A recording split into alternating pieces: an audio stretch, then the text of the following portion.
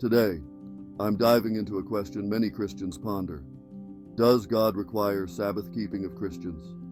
Let's start with Colossians chapter 2, 16 and 17.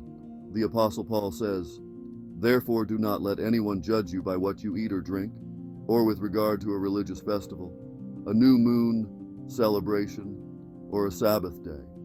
These are a shadow of the things that were to come. The reality, however, is found in Christ." Seems pretty clear, right? Paul emphasizes that these practices were shadows, pointing to Christ.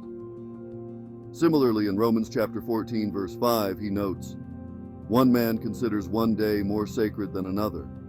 Another man considers every day alike. Each one should be fully convinced in his own mind." So, Sabbath keeping is about spiritual freedom, not a mandate from God. Each Christian should be convinced in their own mind without judging others. In the early chapters of Acts, the first Christians were primarily Jews. As Gentiles began to embrace salvation through Jesus, the Jewish Christians faced a dilemma. Which Mosaic law aspects should the Gentiles follow? The apostles tackled this issue at the Jerusalem Council in Acts 15. Their decision? We should not make it difficult for the Gentiles who are turning to God. Instead, we should write to them, telling them to abstain from food polluted by idols, from sexual immorality, from the meat of strangled animals, and from blood. Notice, Sabbath keeping wasn't on the list.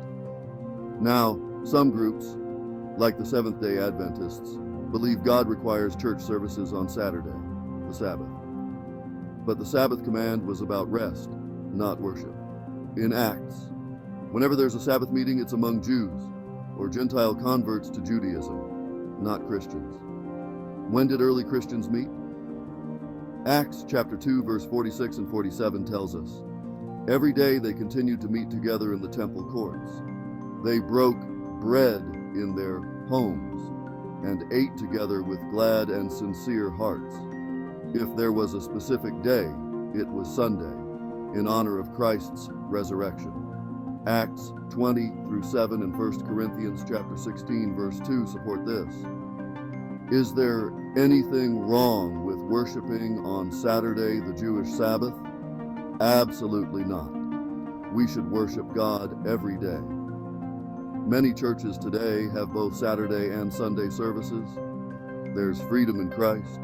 Should a Christian avoid work on Saturdays? If they feel led to, yes. But Romans chapter 14 verse 5 reminds us not to judge others on this. Instead, let's respect each other's convictions and avoid being stumbling blocks. Galatians chapter 5 verse 13 through 15 sums this up beautifully. "You, my brothers, were called to be free, but do not use your freedom to indulge the sinful nature. Rather, serve one another in love."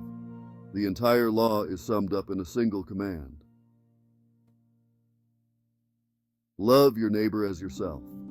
So whether you observe the Sabbath or not, let's love and serve one another, celebrating the freedom we have in Christ.